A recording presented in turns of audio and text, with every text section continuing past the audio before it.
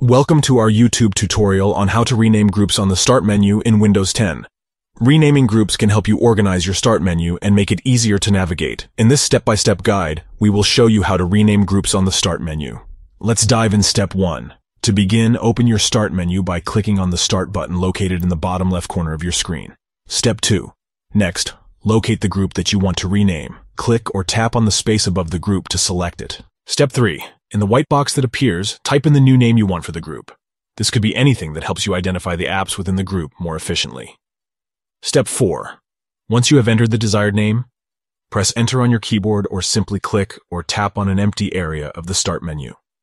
Renaming groups on the Start menu allows you to create a customized and organized layout that suits your needs, making it easier to find and access your favorite apps. Step 5. Congratulations, you have successfully renamed a group on the Start menu in Windows 10.